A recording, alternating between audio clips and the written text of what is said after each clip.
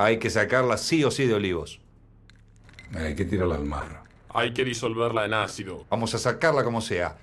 Esta misma noche.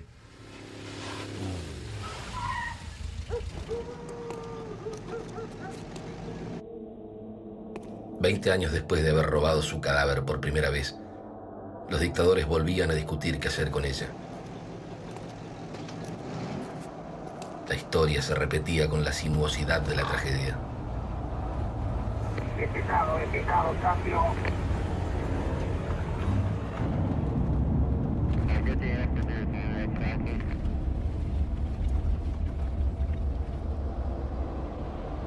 El lugar donde la llevaban sería finalmente el lugar del que ya no volvería.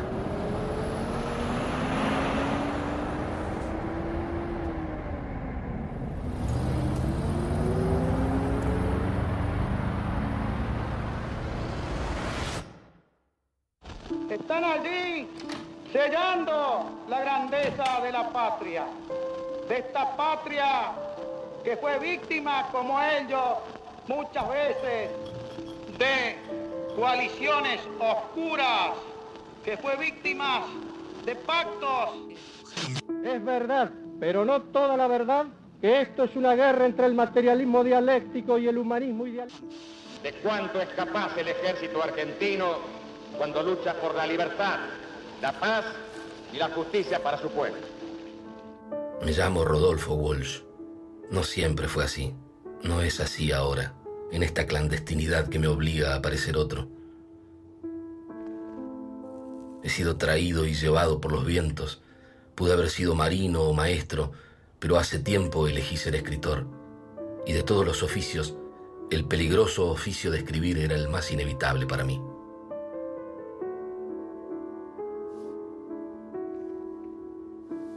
Y ella no había significado nada para mí. Y sin embargo fui tras los secretos de su vida y de su muerte, como si persiguiera un enigma en una novela policial que aún estoy escribiendo.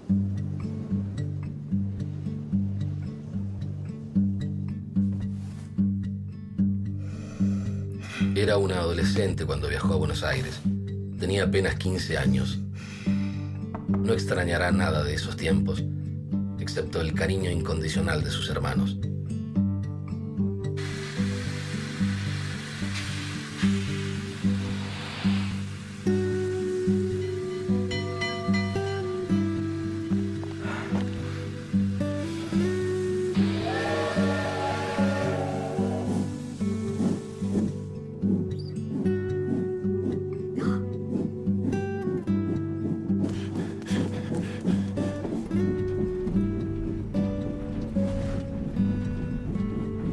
Ella soñaba con otro destino, más allá del que un pueblo de provincia le ofrecía.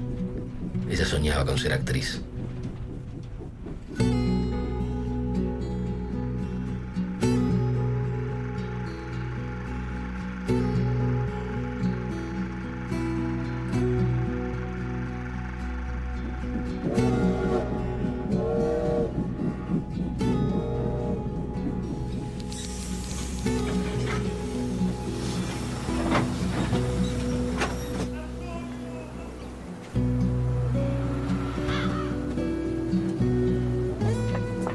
Ella pensó que en las ciudades solo había riqueza.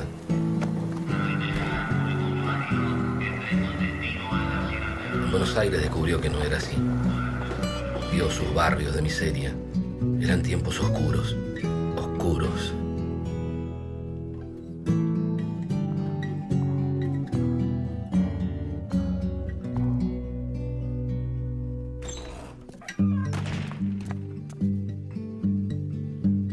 Eva nunca hablará de los tiempos de la miseria, de la promiscuidad y cierta humillación de sus primeros años en Buenos Aires. La llenaba de orgullo ser una mujer de pueblo, pero también de rebeldía.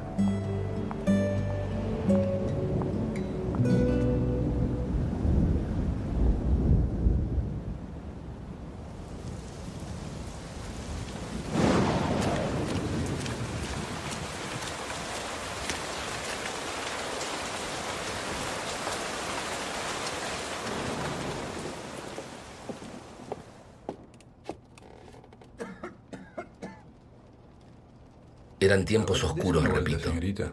Pero ella quería ser actriz. Tiempos en que muchos empresarios solían acosar a las debutantes. Un mundo mezquino de toma y Muy daca, bonita, señorita. donde a veces el poder se ejercía sobre los cuerpos más frágiles Usted tiene y el talento. éxito no siempre tenía que ver con dotes actorales. Pero ella quería ser actriz. Cada día estás más linda. ¿Te parece? Qué raro que me digas eso. ¿Por qué? ¿Te fijas tampoco en mí? ¿Que no me fijo? No.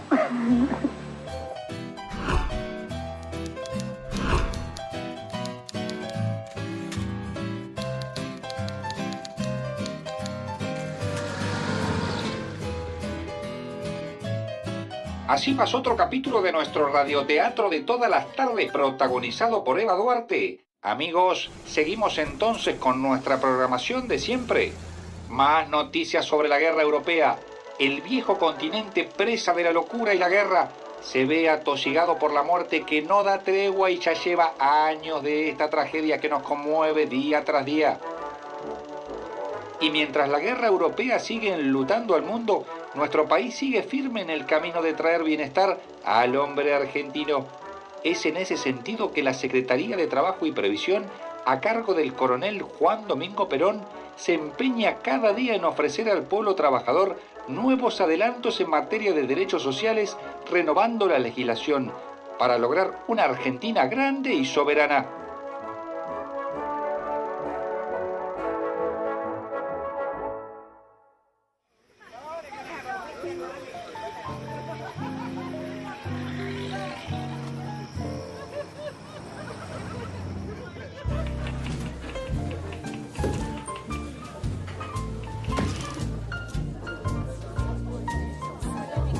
Lo había conseguido.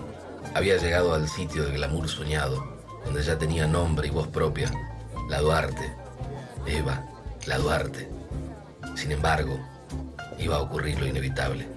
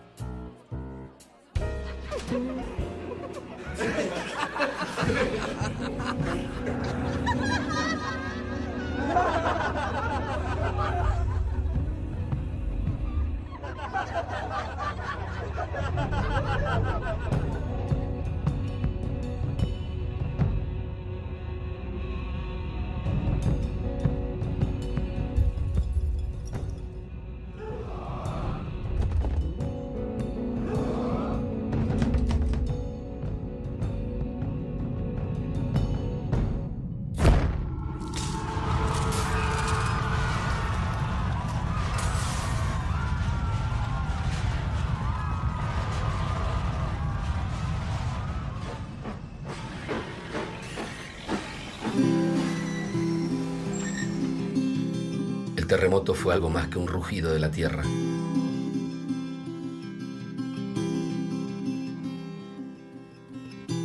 Fue un abismo que comenzó a definir otra vertical alrededor de donde giraría la vida. La de Perón, la de Eva y también la mía. Damas y caballeros, hace su entrada el coronel Juan Domingo Perón.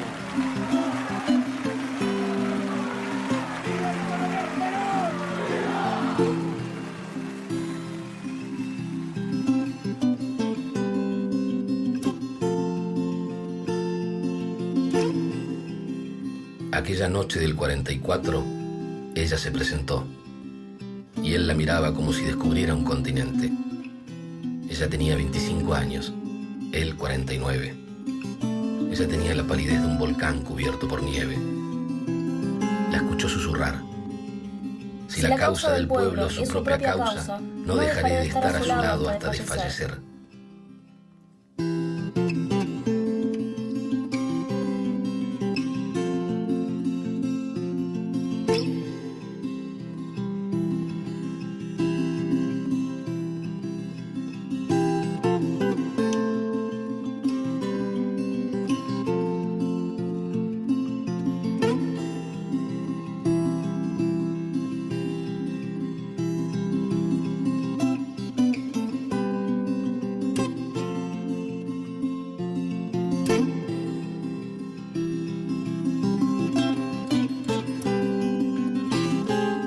también. Juan Perón, como esa mujer, era el hijo natural de un amor contrariado.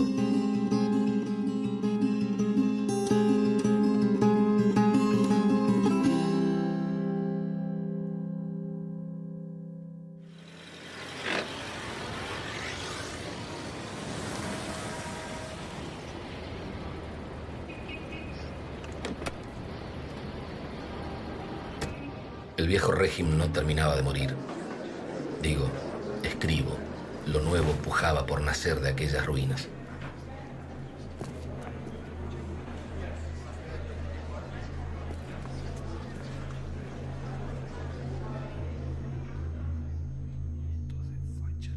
Un país bastardo necesitaba, tal vez, a esos dos amantes bastardos dispuestos a desafiar a esa Argentina vieja y despiadada.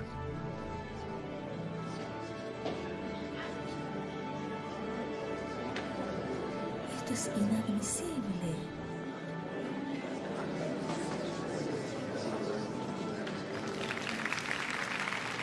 No se puede creer.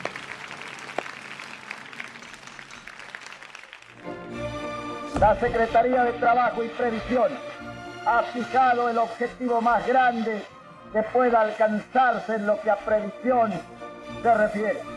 Aspiramos a que no haya un solo argentino que haya trabajado en su vida que no tenga asegurado por el Estado. Ni los Estados Unidos, ni los terratenientes, ni muchos de los industriales, ni gran parte de los militares querían a Perón. Me corrijo, le temían.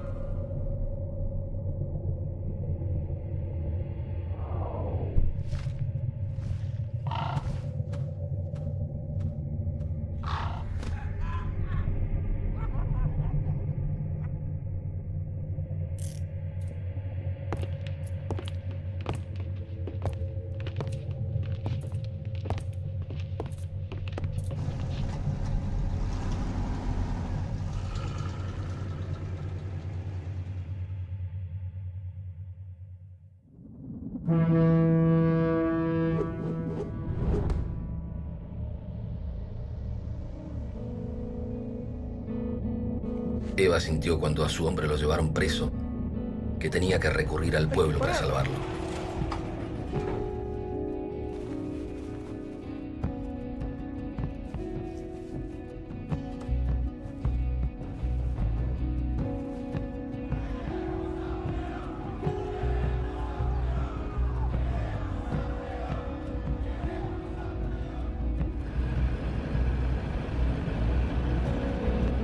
El coronel está detenido. ¿Qué estamos haciendo acá? ¡Hay que parar!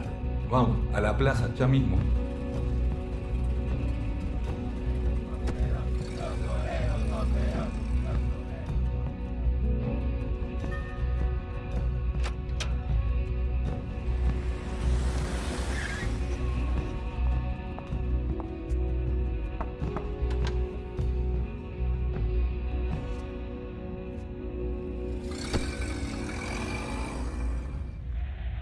Venían hermanados en el mismo grito y en la misma fe.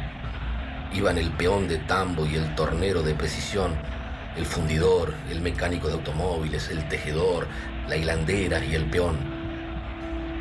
Era el subsuelo de la patria sublevado.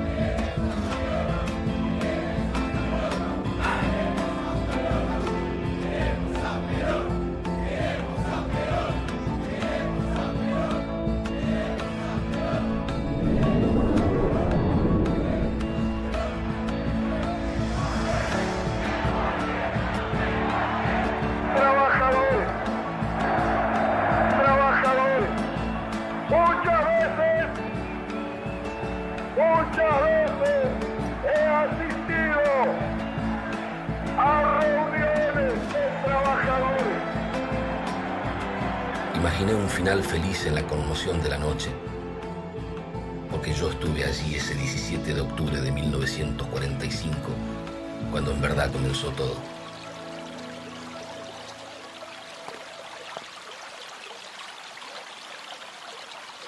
Para mí también comenzaba todo, o todo continuaba en ese nacionalismo que me era familiar, pero también lejano. Había abandonado la pasión por las multitudes entonces. Las había cambiado por las batallas virtuales de un tablero de ajedrez, de una noche entre el humo y el whisky, entre textos que alguna vez escribiría. Había comenzado todo, pero también todo continuaba. Se ha nazificado al país, tolerando en silencio una dictadura. El pueblo derrotará al eje nazi-fascista en la República. Los liberales, radicales, socialistas, comunistas y el embajador del imperio de posguerra, los Estados Unidos, todos juntos desafiando a este movimiento que los desafiaba.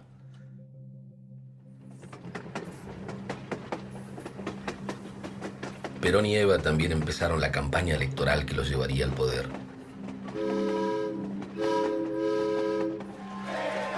Eva crecía en pasión a medida que en esos viajes veía la miseria de su gente, de sus cabecitas negras, de sus descamisados. Aún no era claro, pero Eva, con 27 años, conmovía a las mujeres y hombres humildes, como si ese vínculo viniera de lejos, del fondo de la historia, y tuviera más años que ella misma. Nosotros prepararemos a los hijos para que sean conductores en la hora de los pueblos. Y la aurora comienza anunciando el mediodía, brillando, en que los pueblos tomarán las riendas de su propio destino. Yo, Juan Perón, juro por Dios nuestro Señor y estos santos evangelios, desempeñar con lealtad y patriotismo el cargo de presidente de la nación y observar y hacer observar fielmente la Constitución de la nación argentina. Si así no lo hiciere, Dios y la nación me lo demandan. No los voté. No los voté. Me interesaba más la criptografía, el ajedrez y la vida de Ambrose Bierce que esa pasión furiosa de las multitudes. Y escribir, claro, siempre escribir.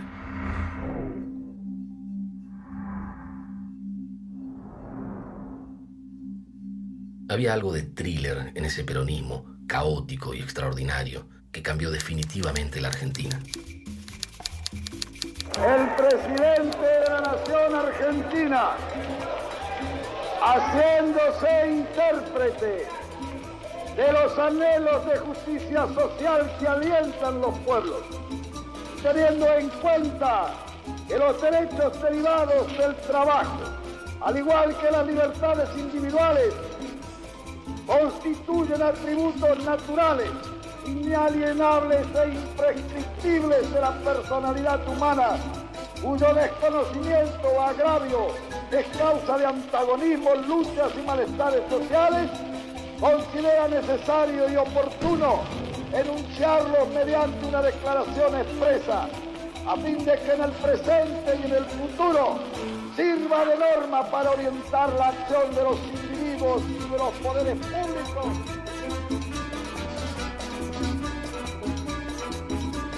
Hablo con el corazón de una mujer de pueblo, de una descansada más. Hemos desterrado la mentira y ayudado a cada uno lo suyo, llevando a todos los extremos del país para que en la familia argentina no haya hijos vientenados.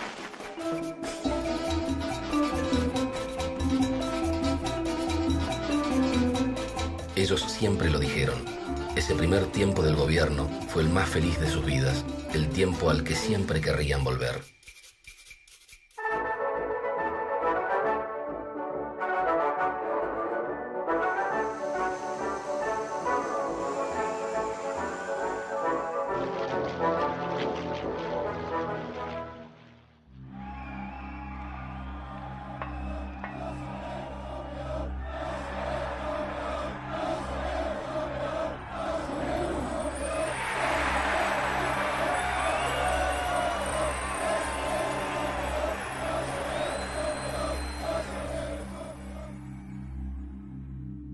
¿Qué buscaba ella en Europa?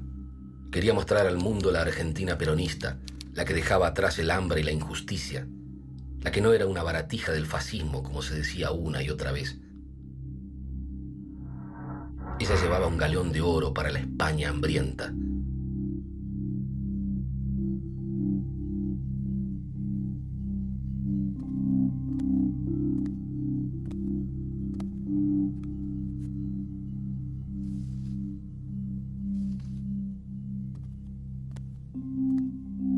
¿Qué encontró en Europa? Ese continente exhausto, hambriento, montado sobre cadáveres frescos aún. Ella fue embajadora entre amigos: España, Italia, Portugal, Holanda. El protocolo le permitió ser recibida en París y Suiza. Muchos la aclamaron, pero no todos fueron aplausos. Los triunfadores de Yalta no le perdonaban a la Argentina haber sido neutral, o haber simulado ser neutral. La humanidad está viviendo días tremendos. Un frío materialismo quiere burlarse de la ternura. Una hostil solemnidad quiere alejar a los hombres de la humana sencillez que hace cordiales y sensibles a los corazones. El Papa Pío XII la bendijo. Ambos tenían, aunque no lo supieran, un destino entre la espada y la cruz.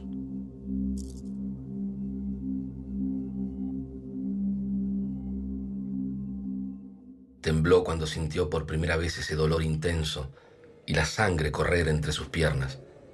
Temió una enfermedad innombrable y se juró e hizo jurar que nadie sabría lo ocurrido, ni Perón, ni nadie.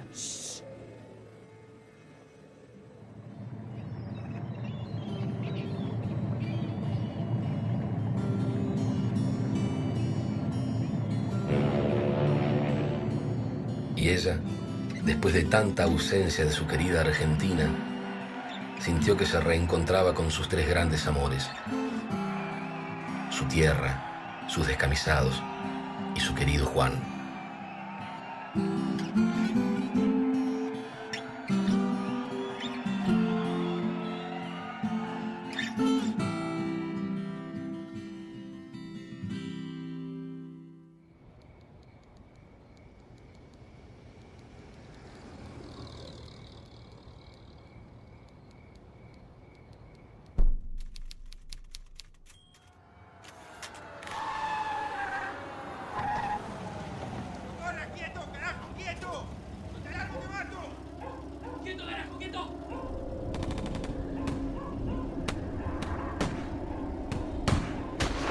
Hace 20 años, en 1956, en la ciudad de La Plata, sentí lo mismo que ahora, la misma sombra de la muerte.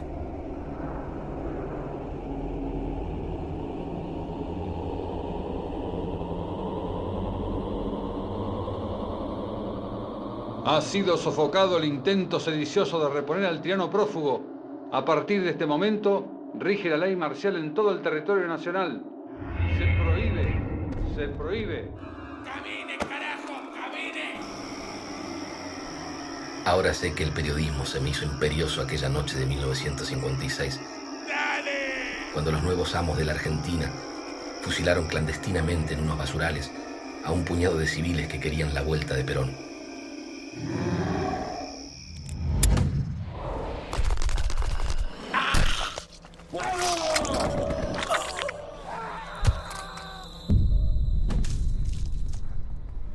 Yo quería olvidar la ola de sangre que anegaba al país, pero me sentí insultado cuando escuché a aquel hombre decir: hay un fusilado que vive.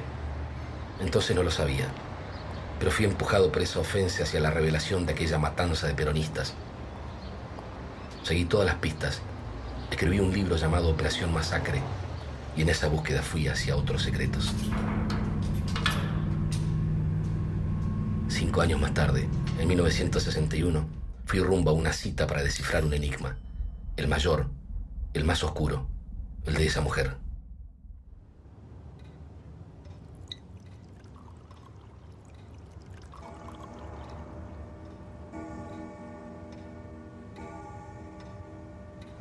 Puntual, como un inglés. Reglas del oficio. Soy periodista. No me va a decir que Operación Masacre la escribió solo como periodista. Usted es uno de ellos. Si me hubiera llamado unos años atrás, lo habría mandado a fusilar. ¿Y por qué ahora me recibió? Porque son miserables, no saben lo que yo hice por ellos. Creyeron que yo tuve la culpa. Pero algún día se va a saber la verdad. Tal vez la cuente usted.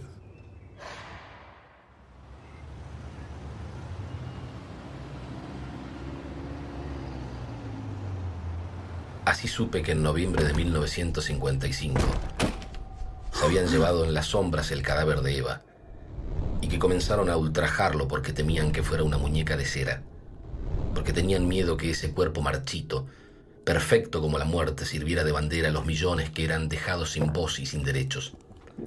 Cuando supe que empezaron a trasladar el féretro de un lugar a otro, que lo escondían.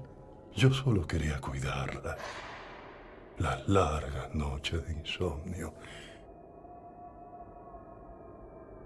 La inteligencia militar y naval se turnaba para esconderlo.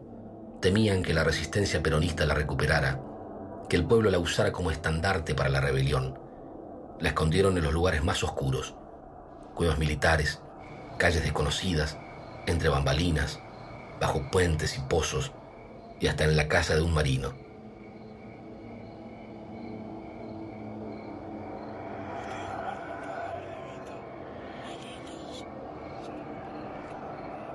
El marino la cuidaba como una reina esclava, como un general enemigo. La maldición de esa mujer podía alcanzarlos, y los alcanzó.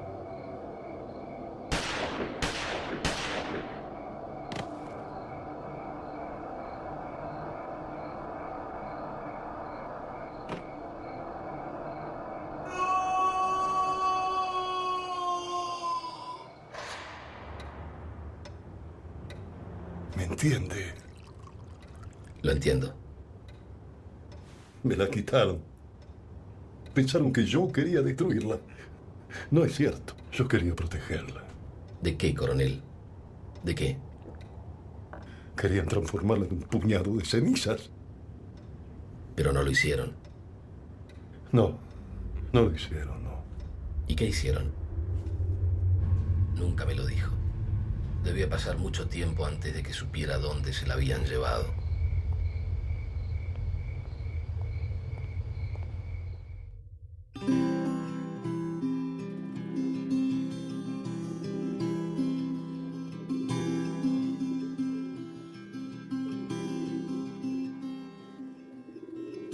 Querida Evita, los chicos del barrio queremos una pelota de verdad y camisetas para nuestro equipo.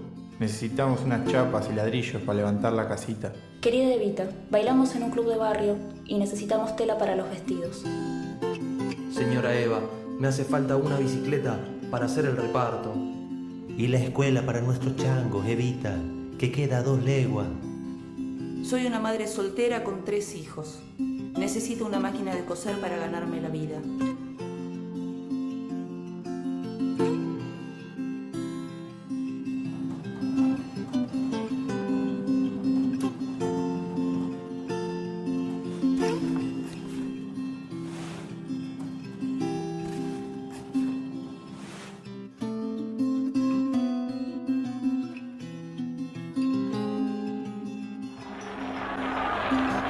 Mujeres de mi patria, recibo en este instante de manos del gobierno de la nación la ley que consagra nuestros derechos cívicos y la recibo ante vosotras con la certeza de que lo hago en nombre y representación de todas las mujeres argentinas. Esa mujer decía, donde hay una necesidad, hay un derecho.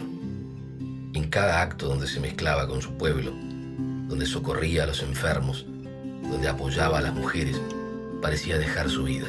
Y efectivamente la dejaba. Y quiero decirle a todos los desheredados, a todos los que necesitan justicia, a todos los que la fortuna no les ha alcanzado, que desde la Secretaría de Trabajo y Previsión, la compañera del coronel Perón está con los brazos abiertos para tratar de llevarles la felicidad y tratarles de darles la alegría que todos los hogares argentinos se merecen. Y que ustedes pueden tener la plena seguridad que mientras esté en la casa de gobierno, trabajando, luchando y soñando por la felicidad del pueblo del general Perón, la justicia social se cumplirá inexorablemente, cueste lo que cueste y caiga quien caiga.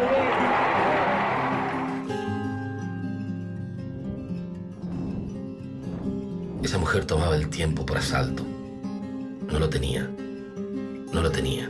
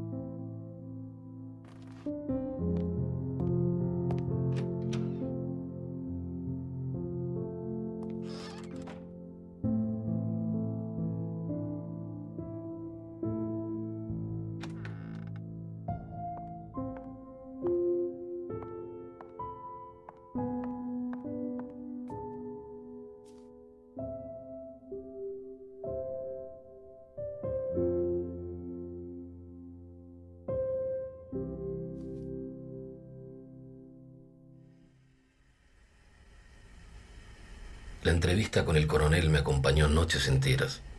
Entendí su odio.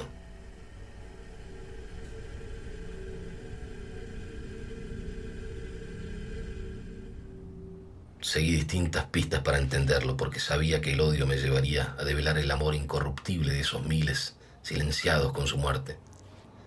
Ahora lo sé. Esa mujer había condensado todo lo bueno y lo tremendo. Era la clave del tiempo pasado y del tiempo por venir.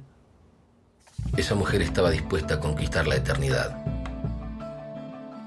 Estaba dispuesta a conquistar el corazón y la cabeza de los pobres, y con la misma pasión a arrasar a poderosos y opositores. ¡El capitalismo foráneo!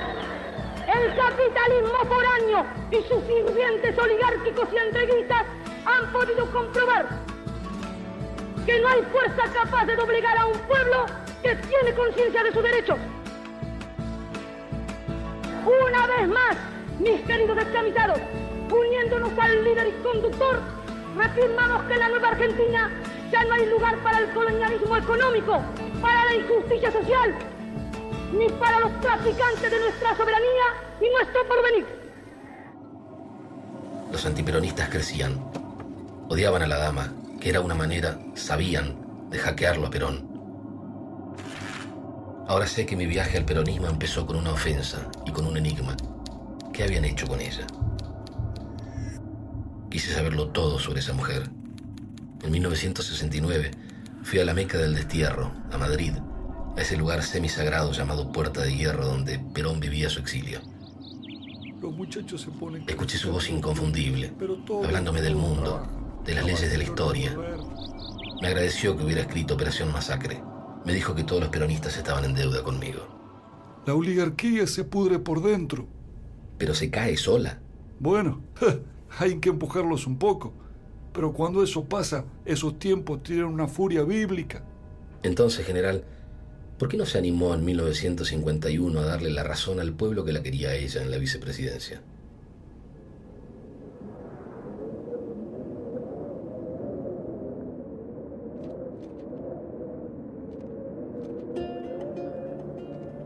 El pueblo la quería a Eva en la vicepresidencia. Me corrijo. Exigían que esa mujer estuviera en la cima del poder. Confiaban en ella más que en nadie.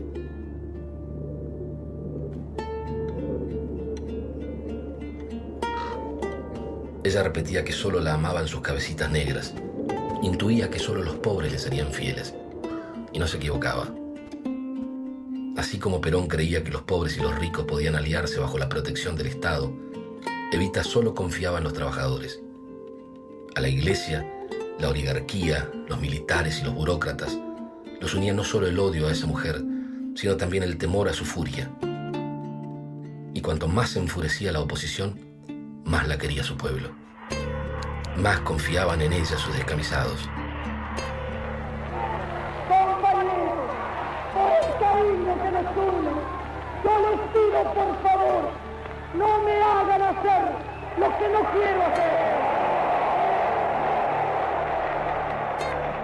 Esa noche multitudinaria del 22 de agosto de 1951, esa mujer se sintió como un general acorralado. Compañeros, yo les pido a ustedes, como amigas, como compañeras, que se desconcentren.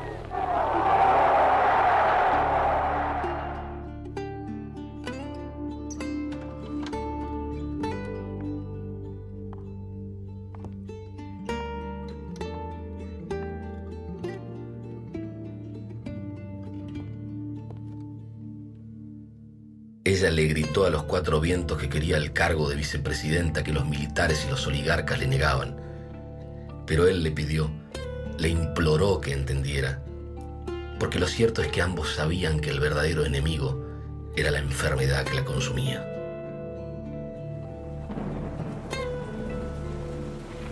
Compañeros, quiero comunicar al pueblo argentino mi decisión irrevocable y definitiva de renunciar al honor con que los trabajadores y el pueblo de mi patria quisieron honrarme en mi histórico cabildo abierto.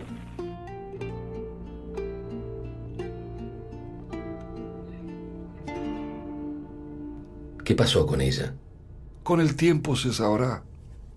¿Usted sabe dónde está ella, general? ¿Usted tiene idea de qué pasó con ella?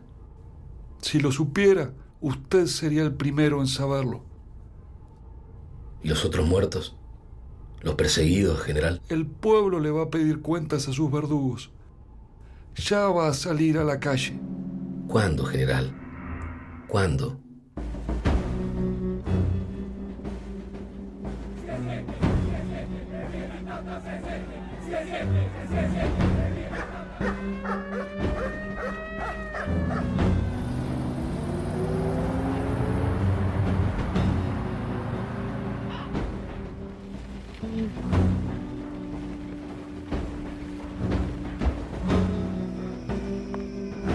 Mientras la resistencia peronista reclamaba el regreso de Perón,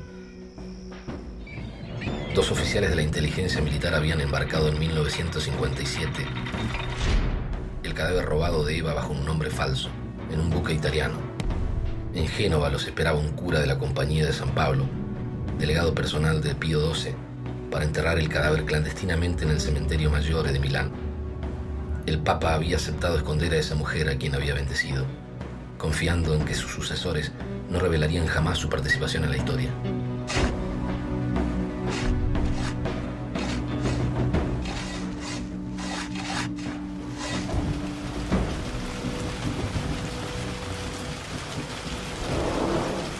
El renunciamiento de Eva a la vicepresidencia en agosto de 1951 no calmó el odio de militares y oligarcas. No lo calmó.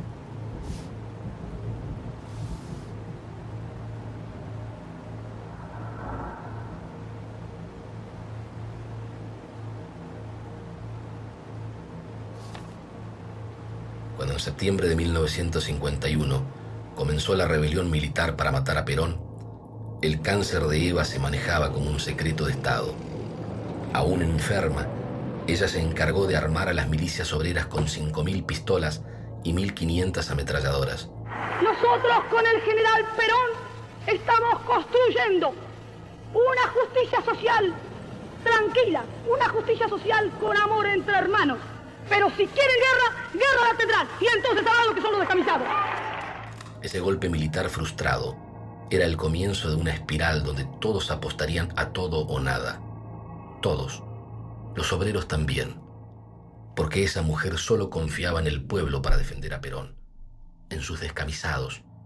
Por las buenas o por las malas. Y yo les pido a Dios que no le permita a esos insensatos levantar la mano contra Perón. Porque guay de ese día. Guay de ese día. Ese día, mi general, yo saldré con el pueblo trabajador.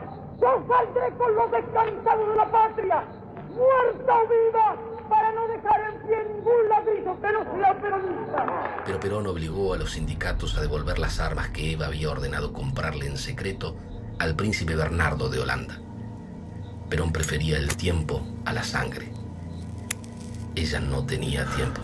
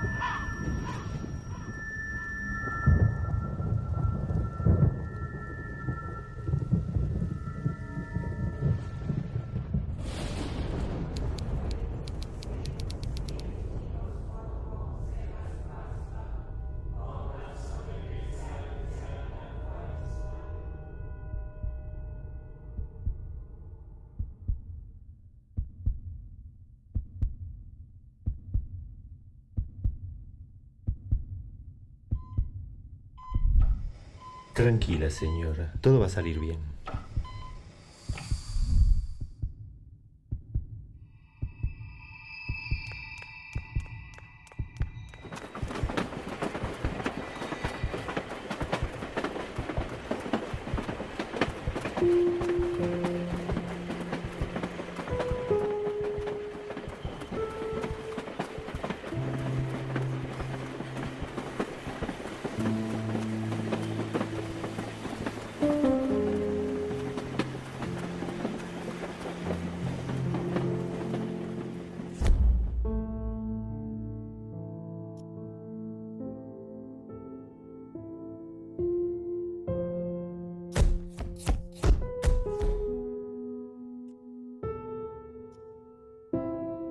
Y él, que debía encarar el mundo sin ella en su segunda presidencia, no soportaba ver cómo se extinguía su fuego.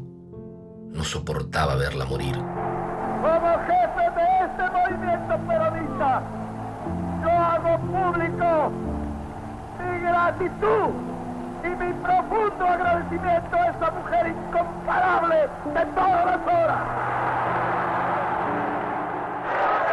Yo no quise ni quiero nada para mí. Mi gloria es y será siempre el escudo de Perón y la bandera de mi pueblo. Y aunque dicen el camino jirones de mi vida, yo sé que ustedes recogerán mi nombre y lo llevarán como bandera a la victoria.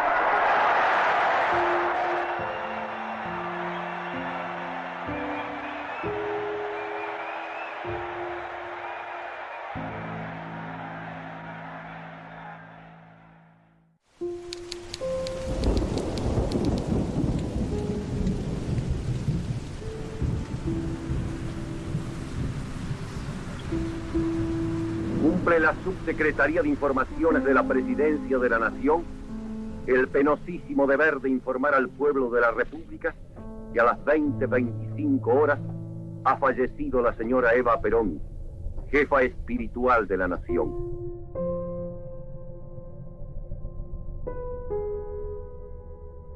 Si Eva viva era la esencia del peronismo, Eva muerta era el reaseguro de su eternidad.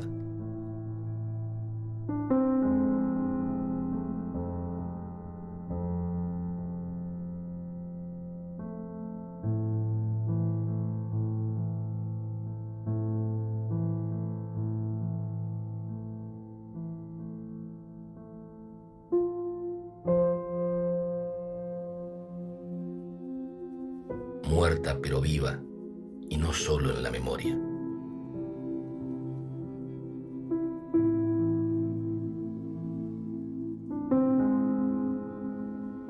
Desde aquel 26 de julio de 1952, los funerales se prolongaron por 18 días.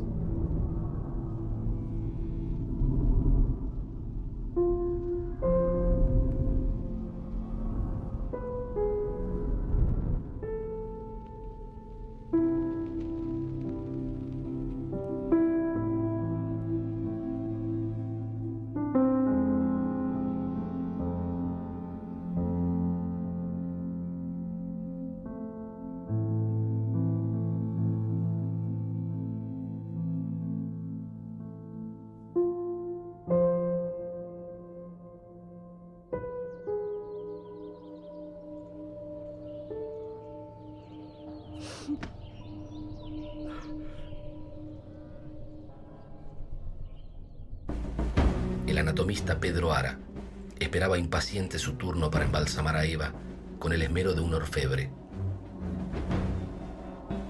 En las manos de Ara, esa mujer sería una obra maestra. Y a medida que él trabajaba sobre su cuerpo, a medida que él la hacía eterna, inalterable, Perón empezaba a debilitarse.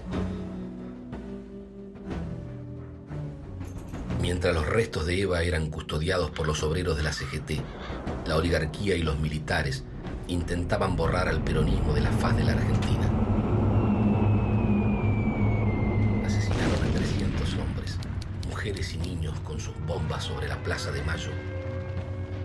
Se dijo que habían tirado más bombas que los nazis sobre Guernica, y no se detuvieron hasta derrocar a Perón en septiembre de 1955, hasta robar el cadáver de Evita. No se detuvo más la resistencia contra los golpistas ni la espiral de violencia que nos azotó durante años, que nos amenaza ahora mismo que relato esta historia.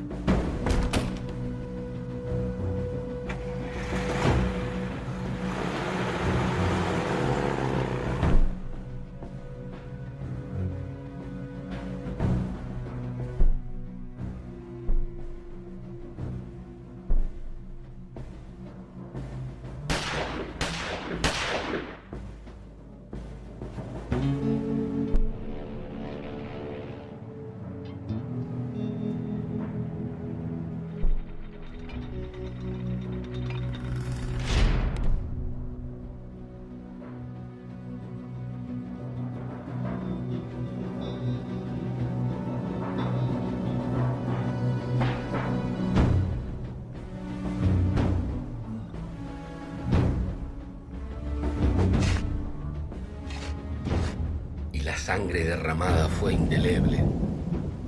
Miles de jóvenes peronistas juraron vengarse por los bombardeos del 55, por los fusilados del 56, por las mordazas, por los torturados, por los años de dictadura y porque los militares habían ultrajado el cadáver de Evita.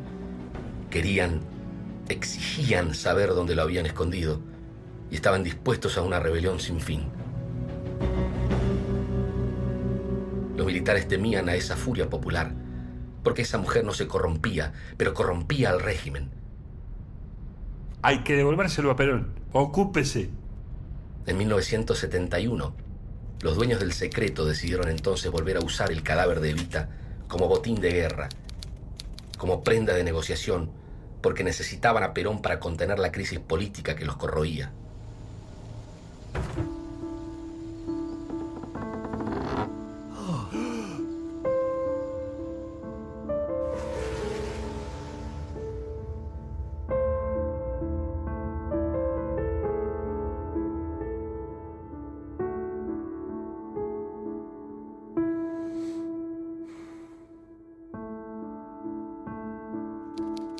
Perón regresó en 1973, después de 18 años de exilio, viejo y enfermo.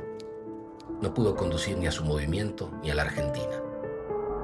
El general supo que la muerte de Eva los había separado y también supo que su propia muerte jamás los uniría.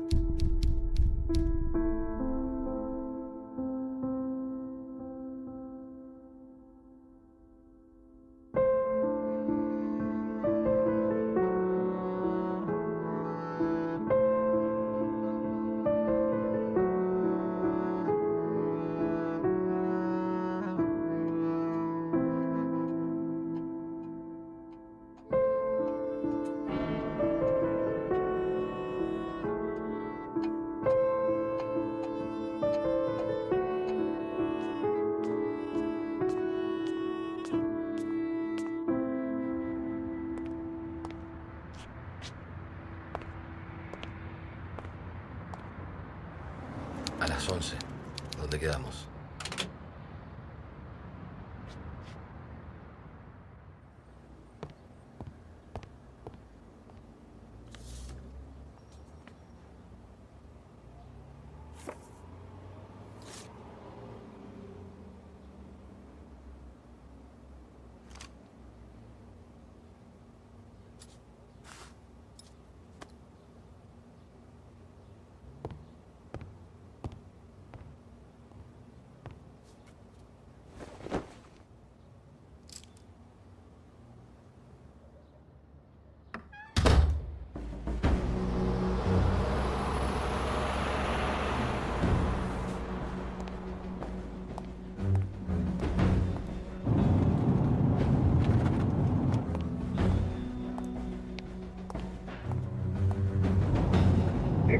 Despejado, cambio.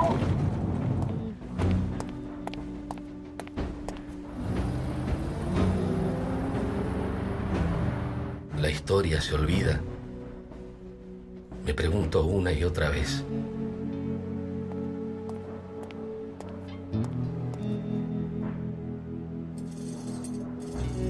A Eva la enterraron a 8 metros de profundidad, bajo una pesada lápida de acero.